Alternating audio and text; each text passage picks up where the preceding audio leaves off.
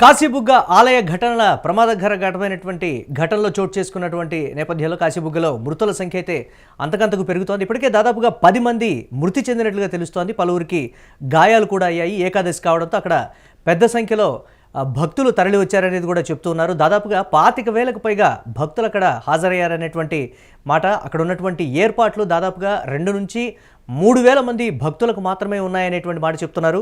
Railing ఊడిపడడంతోనే ఈ ప్రమాదకరమైనటువంటి ఘటన చోటు చేసుకుందని అయితే అక్కడ ప్రత్యక్ష సాక్షులు భక్తులు వారు చెప్తున్నటువంటి పరిస్థితి. రైలింగ్ ఒక్కసారిగా అక్కడ ఊడిపడడంతో ఏమైందో ఏదో జరిగిపోయిందనేటువంటి హడావిడిలో ఇమీడియట్గా ఉన్నటువంటి వారు లేచి వెళ్ళేటువంటి పరిస్థితి ఉంది అక్కడ. ఈ నేపథ్యంలోనే తొక్కిసలాట చోటు చేసుకుంది. అక్కడ ఒకంత గందరగోళం కూడా జరిగిందనేటువంటి మాట. భక్తుల రద్దీతో రైలింగ్ కూలిపోవడంతోనే ఈ స్థాయిలో ప్రమాదకర ఘటన జరిగింది. దాదాపుగా గాయపడ్డటువంటి వారిలో వాళ్ళ పరిస్థితి చాలా సీరియస్గా ఉందని అయితే చెప్తున్నటువంటి పరిస్థితి ఉంది. ఈ నేపథ్యంలో ఏపీ సీఎం చంద్రబాబు అక్కడ జరిగినటువంటి ప్రమాదానికి సంబంధించి సహాయక చర్యలకు కూడా ఆదేశించినటువంటి పరిస్థితి ఉంది. ప్రజాప్రతినిధులు అలాగే అధికారులు ఇమీడియట్గా అక్కడికి వెళ్ళి సహాయక చర్యల్ని చేపట్టాలని చెప్పినటువంటి పరిస్థితి ఉంది. అలాగే ఆదేశాలు కూడా జారీ చేశారు. అధికార యంత్రాంగం మొత్తం కూడా అక్కడికి వెళ్ళినటువంటి పరిస్థితి ఉంది. ఈ నేపథ్యంలో హరిముకుంద్ పాండే అనేటువంటి ఆలయ నిర్వాహకుడు ఆయన చెప్తుంది ఏంటి అని అంటే, ఎప్పుడు కూడా ఈ స్థాయిలో భక్తులు అక్కడికి రాలేదు కాబట్టి ఈ స్థాయి రద్దీ ఉంటుందని మేము అసలు ఎక్స్పెక్ట్ చేయలేదు. వచ్చి ఉంటే మేము ఎక్స్పెక్ట్ చేస్తే ఇమీడియట్గా ప్రభుత్వ సహాయం తీసుకోవడమా లేకపోతే వాలంటీర్లను పెట్టేటువంటి పరిస్థితి అయితే ఉంటుంది. దాదాపుగా 2 నుంచి 3,000కు మించి ఎప్పుడు కూడా భక్తులు రాలేదు. ఈసారి ఏకాదశి కావడంతో 25,000 మందికి పైగా భక్తులు అన్ఎక్స్పెక్టెడ్గా వచ్చారు. వచ్చిన తర్వాత ఇమీడియట్గా చోటు చేసుకున్నటువంటి ఘటన కింద కూడా వారు చెప్తున్నారు. కానీ అక్కడ ఉన్నటువంటి భక్తులు చెప్పేది ఏంటంటే, ఆ స్థాయి రద్దీకి తగ్గట్లుగా ఏర్పాట్లు కూడా చేయకపోవడంతోనే ఈ తొక్కిసలాట జరిగిందనేటువంటి మాట. భక్తులు విపరీతంగా వస్తున్నప్పుడు వాలంటీర్లను పెట్టడమా లేకపోతే అధికార యంత్రాంగం ఇమ్మీడియట్గా కూడా అక్కడికి చేరుకోవడమా? ఈ స్థాయిలో భక్తులు వస్తున్నారంటే అక్కడ సౌకర్యాలు ఏ విధంగా ఉన్నాయి? అసలు అధికారులకు ఆలయ నిర్వాహకులకు సంబంధించి అక్కడ కమ్యూనికేషన్ లేదు. అందువల్లే ఈ ఘటన చోటు చేసుకుందనేటువంటి మాట. అధికారులు చెప్తున్నది ఏంటి అంటే, ప్రైవేటు ఆలయంలో జరిగినటువంటి ఘటనకు సంబంధించి కాబట్టి మాకు ఇమీడియట్గా కూడా రెస్పాండ్ అయ్యేటువంటి టైం కూడా లేకుండా అయిపోయింది. ఒకవేళ వాళ్ళు ఈ స్థాయిలో రద్దీ ఉంటుంది అని కానీ మాకు ఇన్ఫర్మేషన్ ఇచ్చినట్టయితే ప్రభుత్వం తరపు నుంచి ఇమీడియట్గా దానికి కావాల్సినటువంటి ఏర్పాట్లన్నీ కూడా మేము చేసేవాళ్ళం అనేటువంటి మాట అయితే చెప్తున్నారు. ఈ నేపథ్యంలో అసలు ప్రైవేటు ఆలయాల్లో ఎంతవరకు భద్రత ఉంది, ఏర్పాట్లు ఉన్నాయి? ఇమీడియట్గా ఒక 10,000 పైచులకు కానీ ప్రైవేటు ఆలయాల్లో భక్తులు వస్తే ఆ స్థాయిలో నిర్వాహకులు అక్కడ భక్తులకు కావాల్సినటువంటి ఏర్పాట్లు కావచ్చు లేకపోతే క్యూ లైన్లకు సంబంధించి కావచ్చు నిర్వాహకులు ఏర్పాట్లు చేయగలుగుతున్నారా అనేది ఒక పెద్ద ప్రశ్నగా మారినటువంటి పరిస్థితి ఉంది. అసలు ఆలయాలు ప్రైవేటు ప్రభుత్వ పరం సంగతి పక్కన పెడితే నిర్వాహకులు వాళ్ళు ఏర్పాట్లు అనేది ఆ స్థాయిలో చేయడం లేదు. సరే, ప్రభుత్వ అధీనంలో ఉన్నటువంటి దానికి సంబంధించి అధికారులు ఉంటారు, ఎప్పటికప్పుడు కూడా పర్యవేక్షిస్తూ ఉంటారు. భద్రతా చర్యలు కావచ్చు ఇతరత్ర భక్తులు కావాల్సిన ఏర్పాట్లు కూడా చేస్తూ ఉంటారు. కానీ 2,000 మంది భక్తులు ఎక్కడ, దాదాపుగా 25,000 మందికి పైగా భక్తులు ఎక్కడ, దాదాపుగా 10 ఎక్కువగా అంటే 25,000 మందికి పైగా భక్తులు అక్కడికి వచ్చారు అని అంటే ఏ స్థాయిలో తొక్కిసలాట చోటు చేసుకుంటుంది, ఏ స్థాయిలో అక్కడ ఒత్తిడి ఉంటుంది అనేటువంటి మాట. రైలింగ్ ఊడిపడిపోవడంతో అక్కడ జరిగినటువంటి తొక్కిసలాటని చెప్తున్నటువంటి భక్తులు ప్రత్యక్ష సాక్షులు. ఆ సమయంలో ఆ 2-3 నిమిషాల పాటు ఏం జరిగిందో తెలియదు. ఆ 2-3 నిమిషాల వ్యవధిలోనే ఈ తొక్కిసలాటలో దాదాపుగా 10 మంది వరకు చనిపోయారనేటువంటి మాట. మృతువుల్లో పలువురినైతే ఇప్పటికైతే అధికారులు అయితే గుర్తించారు. ప్రధాని నరేంద్ర మోదీ ఈ ఘటనకు సంబంధించి ఆయన దిగ్భ్రాంతి వ్యక్తం చేశారు. ప్రభుత్వం తరపు నుంచి, కేంద్ర ప్రభుత్వం తరపు నుంచి ఒక్కొక్కరికి మృతి చెందినటువంటి కుటుంబాలకి 2 లక్షల రూపాయలకు పైగా ఎక్స్గ్రేషన్ అయితే అందించారు.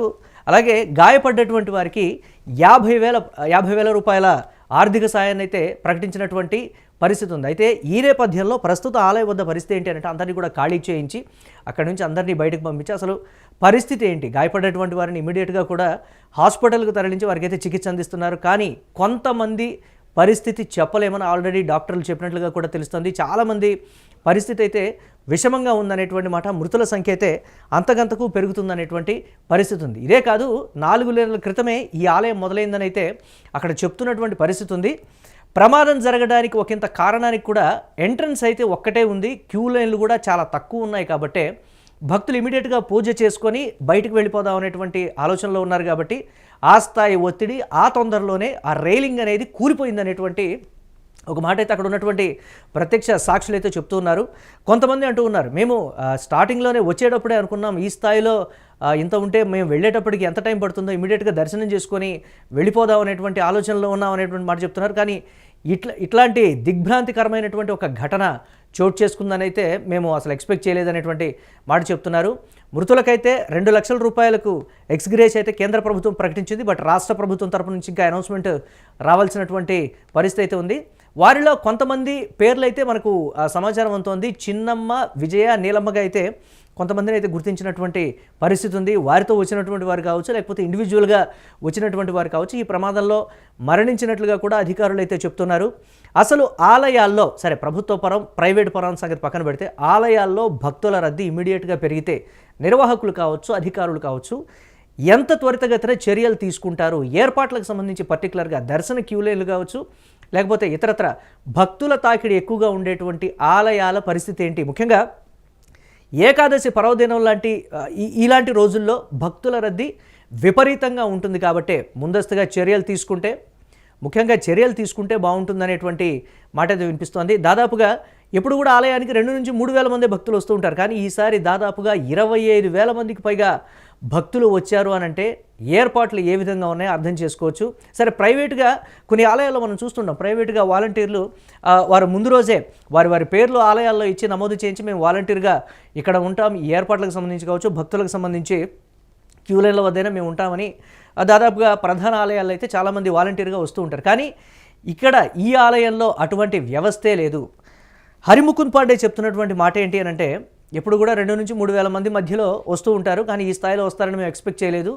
వాలంటీర్ వ్యవస్థకు సంబంధించి ఎవరూ ముందుకు రాలేదు, మేము కూడా దానికి సంబంధించి ఇన్ఫర్మేషన్ తీసుకోలేదు. ఉన్నటువంటి సదుపాయాలు వారు వచ్చేటువంటి దానికి సంబంధించి అక్కడైతే ఏర్పాట్లు అయితే చేశాం, కానీ ఈ స్థాయిలో వస్తారని అయితే మేము ఎక్స్పెక్ట్ చేయలేదు. కానీ ఆయన ఒకంత కంటతడి కూడా పెట్టినట్లుగా అక్కడ ఉన్నటువంటి వారు చెప్తూ ఉన్నారు.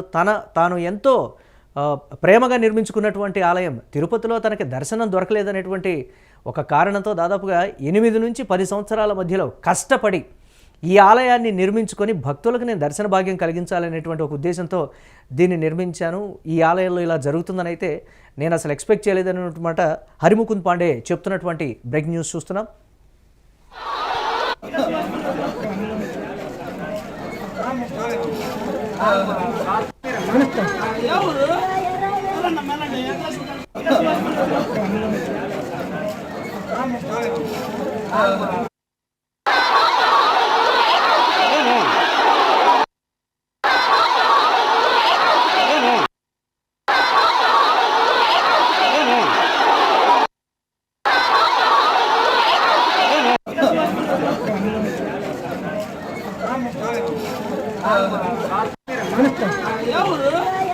ఈరోజు శ్రీకాకుళం జిల్లాలోని కాశీబుగ్గ ప్రాంతంలో శ్రీ వెంకటేశ్వర స్వామి ఆలయం, అక్కడ ఇవాళ ఏకాదశి పర్వదినాన భక్తులు వేలాదిగా తరలి వచ్చి అక్కడ వెంకటేశ్వర స్వామిని దర్శించుకునే సమయంలో అక్కడ తొక్కిసలాట జరగడం, కట్టినటువంటి బ్యారికేడ్లు క్యూ లైన్లు కూడా అన్నీ బ్రేక్ అయిపోవడంతో ఒకరి మీద ఒకరు భక్తులంతా కూడా వాళ్ళ మీద ఒత్తిడి రావడంతో చాలామంది ఒక అయోమయ స్థితిలో ఎక్కడున్నామో ఏమీ తెలియని పరిస్థితిలో కింద పడిపోతే వాళ్ళ మీద కొంతమంది జనం నడిచిపోవడం వల్ల తొక్కిసలాటలో దాదాపు 10 మంది చనిపోయినట్టు ఇప్పటికే సమాచారం వచ్చింది. మేము అన్ని వివరాలు కూడా ఇప్పటికే మా వ్యవసాయ శాఖ మంత్రి సోదరులు అచ్చెన్నాయుడు గారు, సోదరి శాసనసభ్యురాలు గౌతు శిరీష గారు అక్కడికే వెంటనే వెళ్ళడం జరిగింది. అన్నీ కూడా పరిశీలిస్తూ ఉన్నారు.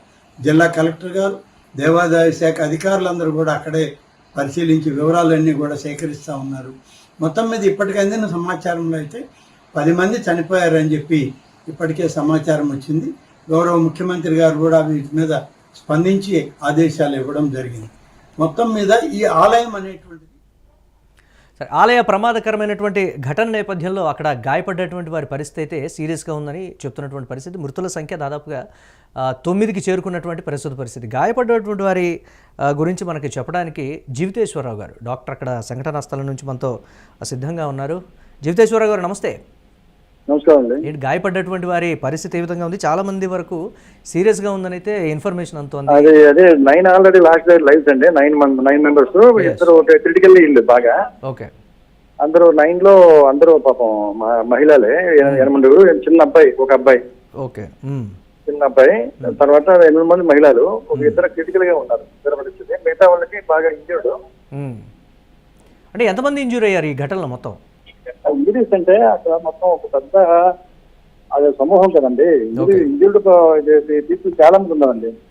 అయితే ఏంటంటే వాళ్ళ ఒక 30 నుంచి 40 మంది ఉంటారా, లేకపోతే 50 నుంచి ఉంటారండి. 50 నుంచి 100 మంది మధ్యలో ఇంజూర్ అయినట్లుగా ఉన్నారు. అవునంటే అంతే. అంటే ఎలాంటి ట్రీట్మెంట్ ఇస్తున్నారు వాళ్ళకి? అంటే మైనర్ ఇంజూసా, లేకపోతే మేజర్ ఇంజూసా, లేకపోతే ఆల్మోస్ట్ సీరియస్ అన్నట్టా, లేకపోతే డ్యామేజ్, దానికి సంబంధించి? ఇంజరీస్ అంటే రకరకాలుగా ఉంటాయండి. సాఫ్ట్ టిష్యూ ఇంజరీస్ ఉంటాయి, బోన్ ఇంజరీస్ ఉంటాయి. అయితే అవుట్ ఆఫ్ డేంజర్ వాళ్ళు ఇంజర్డ్ పీపుల్, రకరకాల ఇంజరీస్, మల్టిపుల్ ఇంజరీస్. వాళ్ళు ఏంటంటే వాళ్ళకి ప్రాణానికి వచ్చే ఇబ్బంది లేకుండా ఉన్నారు. ఆల్రెడీ ఎవరైతే 11 మెంబర్స్ లో 9 మెంబర్స్ చనిపోయినారు.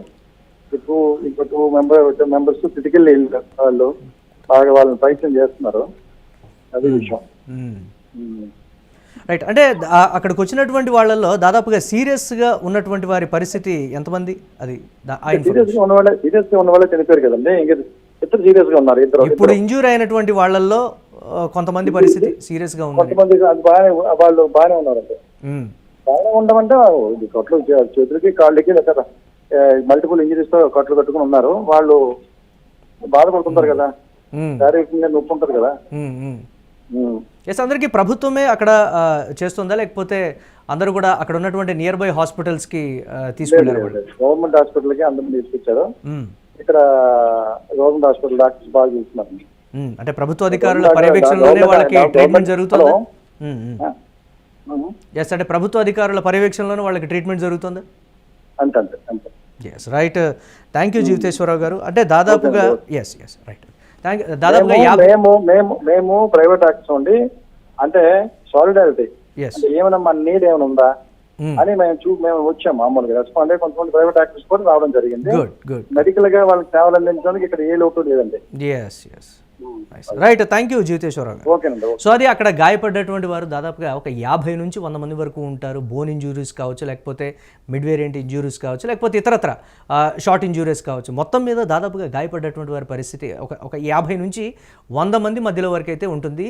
ఒక 2-3 పరిస్థితి అయితే ఇంకొంచెం సీరియస్గా ఉందనేటువంటి మాట. లైవ్ డెడ్ మాత్రం ఒక 9 మంది అయితే చనిపోయారనేటువంటి మాట డాక్టర్ జీవితేశ్వరరావు గారి మాటల్లోనే మనం విన్నాం. ఈ నేపథ్యంలో అక్కడైతే సహాయక చర్యలు అయితే పూర్తి స్థాయిలో కొనసాగుతున్నాయి. అందరినీ కూడా ప్రభుత్వ ఆసుపత్రికి తరలించి అక్కడ ఉన్నతాధికారుల పర్యవేక్షణలోనే వారికి ట్రీట్మెంట్ జరుగుతుందనేటువంటి మాట. ప్రభుత్వం తరపు నుంచి ఇమ్మీడియట్గా వారికి ఎలాంటి ట్రీట్మెంట్కైనా సరే ఆలోచించకుండా చేయండి అనేటువంటి ఆదేశాలు అయితే ఇప్పటికే ప్రభుత్వ అధికారులకు అందినటువంటి పరిస్థితి ఉంది. ఎక్స్గ్రేషియా విషయం కావచ్చు, లేకపోతే అక్కడ సహాయక చర్యలకి సంబంధించి కావచ్చు. కానీ ప్రస్తుతం అక్కడ ఆలయంలో మాత్రం మొత్తం అందరినీ ఖాళీ చేయించి ఆలయాన్ని ప్రస్తుతానికైతే మూసివేశారు. ఇంత దిగ్భ్రాంతికరమైనటువంటి ఘటన జరిగినటువంటి నేపథ్యంలో అక్కడ పరిస్థితి అంతా కూడా విషాదకర ఛాయలైతే అలుముకున్నాయి. గాయపడ్డటువంటి వారు దాదాపుగా ఒక 50 నుంచి 100 మంది మధ్యలో ఉంటారు. వారందరికీ కూడా కొంచెం మేజర్ ఇష్యూసే ఉన్నాయనేటువంటి మాట అయితే చెప్తున్నారు. బోన్ ఇంజురీస్ కావచ్చు, ఇతరత్ర గాయపడ్డటువంటి వారిలో చిన్నపిల్లలు కూడా ఉన్నారనేటువంటి మరొక దిగ్భ్రాంతికరమైనటువంటి వార్త. ప్రభుత్వం తరపు నుంచి అయితే పూర్తి స్థాయిలో సహాయక చర్యలు అయితే అక్కడ కొనసాగుతున్నటువంటి విజువల్స్ అయితే మనం చూస్తున్నాం.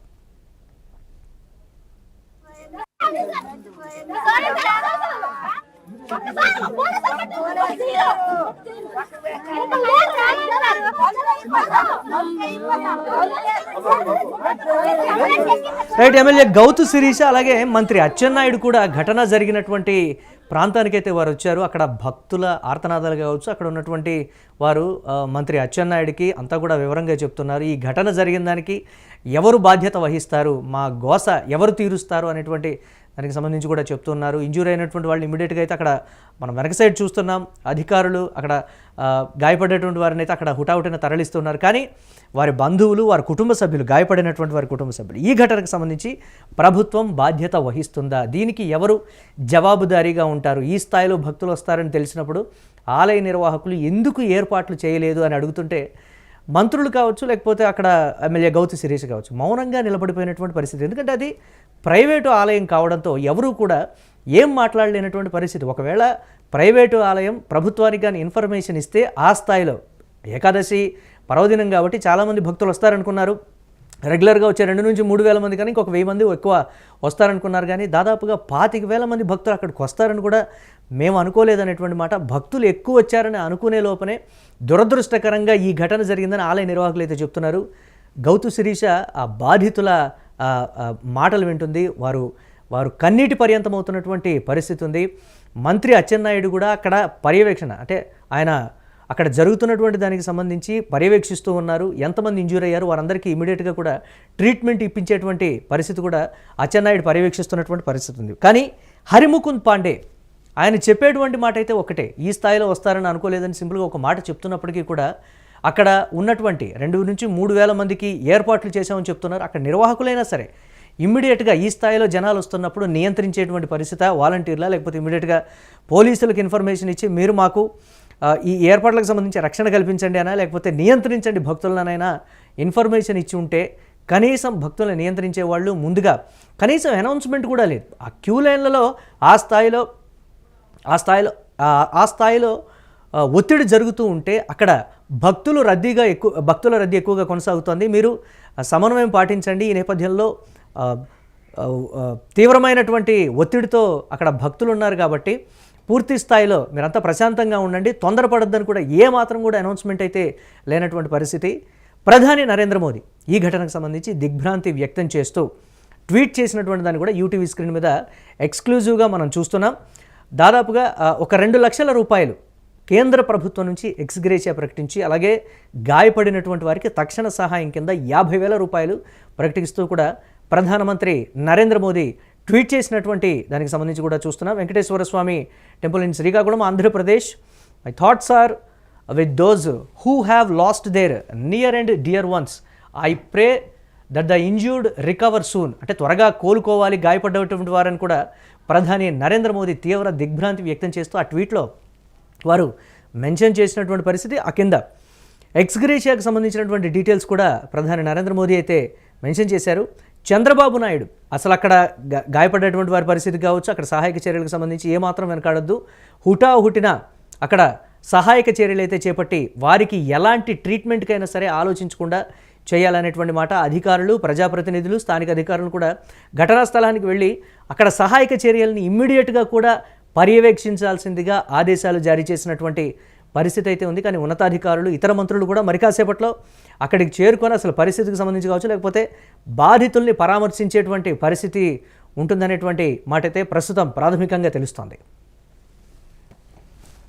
ఈరోజు శ్రీకాకుళం జిల్లాలోని కాశీబుగ్గ ప్రాంతంలో శ్రీ వెంకటేశ్వర స్వామి ఆలయం, అక్కడ ఇవాళ ఏకాదశి పర్వదినాన భక్తులు వేలాదిగా తరలి వచ్చి అక్కడ వెంకటేశ్వర స్వామిని దర్శించుకునే సమయంలో అక్కడ తొక్కిసలాట జరగడం, కట్టినటువంటి బ్యారికేడ్లు, క్యూ లైన్లు కూడా అన్నీ బ్రేక్ అయిపోవడంతో ఒకరి మీద ఒకరు భక్తులంతా కూడా వాళ్ళ మీద ఒత్తిడి రావడంతో చాలామంది ఒక అయోమయ స్థితిలో, ఎక్కడున్నామో ఏమీ తెలియని పరిస్థితిలో కింద పడిపోతే వాళ్ళ మీద కొంతమంది జనం నడిచిపోవడం వల్ల తొక్కిసలాటలో దాదాపు 10 మంది చనిపోయినట్టు ఇప్పటికే సమాచారం వచ్చింది.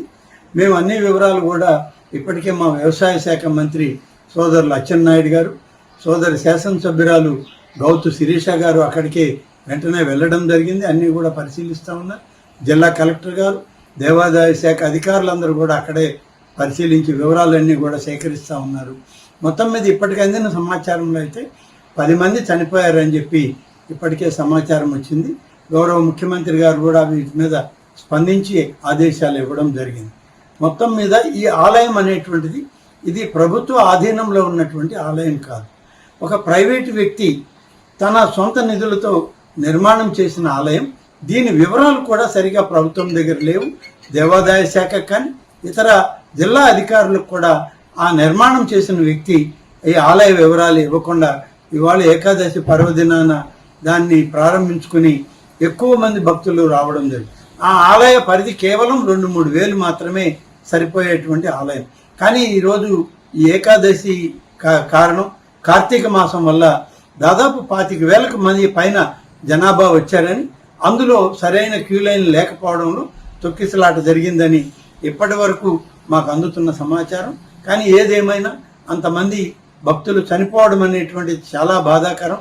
వారి కుటుంబ సభ్యులకి రాష్ట్ర ప్రభుత్వం తరఫున, దేవాదాయ శాఖ తరఫున వారికి ప్రగాఢమైన సానుభూతిని తెలియజేస్తూ, ఇప్పటికే క్షతగాత్రులైన వాళ్ళందరినీ కూడా అన్ని ఆసుపత్రులకు తీసుకెళ్లి వాళ్ళకి కావలసినటువంటి మెరుగైన వైద్యం అందించాలని, మరి ఎటువంటి ఎక్కువ మంది ఇంకా దానిలో ఇబ్బంది పడకూడదని చెప్పి అధికారులకు ఇప్పటికే ఆదేశాలు ఇచ్చాం. ఇంకా ఎలా ఉంటుంది సమాచారం అనేది మా వ్యవసాయ శాఖ మంత్రి వారు, జిల్లా కలెక్టర్ గారు, శాసనసభ్యులు అక్కడే ఉన్నారు కాబట్టి వారు ఇచ్చే సమాచారం తీసుకొని మళ్ళీ మాట్లాడతారు.